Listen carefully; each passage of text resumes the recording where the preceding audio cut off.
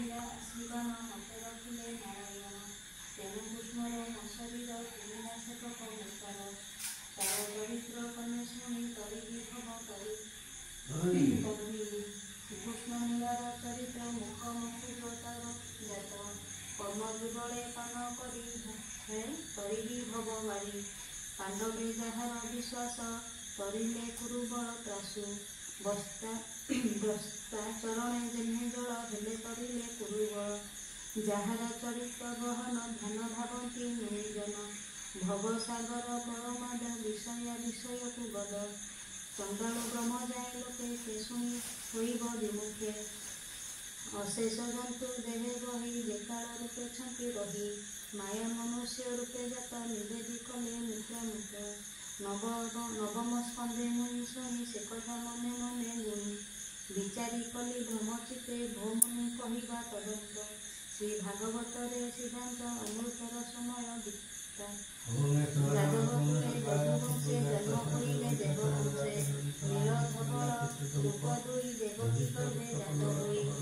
केमंते रोहिणीर सुत रामकु कहन्ति जगत बेली उदरे एक देह भौमुनि धरिबा सन्देह केवल तू भगवान पुष्पे कले वृंदावन भक्तकु पारिबार आसे रहिले बालक विश्वासे पुनि केते दिन हरि मिलिले मथुरा नगरे जगत जनकर गुरु जान महिबा महामेरु कृपामती आचरिले सुदर महुला माइले गीता कर परिमाण नम नारायण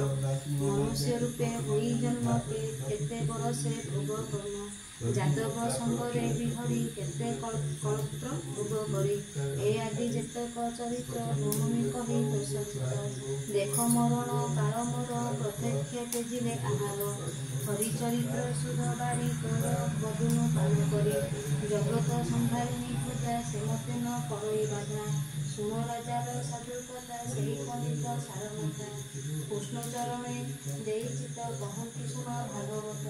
साधु चरित्र तोर बुद्धि कृष्ण चरणे चित्त फेरी गोविंद तोर मनोजते न कहि पारिबि कि तते